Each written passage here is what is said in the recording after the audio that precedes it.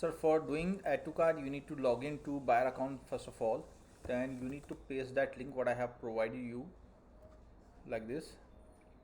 Then go to edit consignee, select your state and consignee as it is Tamil Nadu and quantity 1, submit.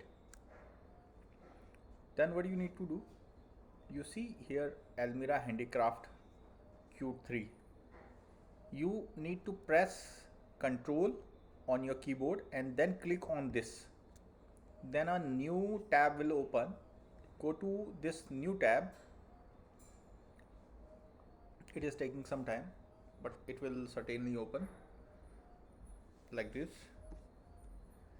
Then you need to type here seller register address Tamil Nadu. This.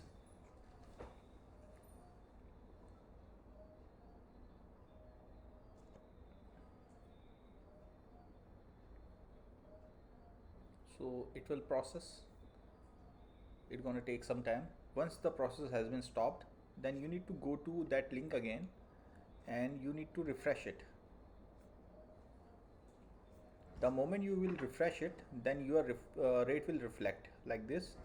Then what you can do, you can simply click on this add to cart and then direct purchase. It will go to your card directly. Thank you very much.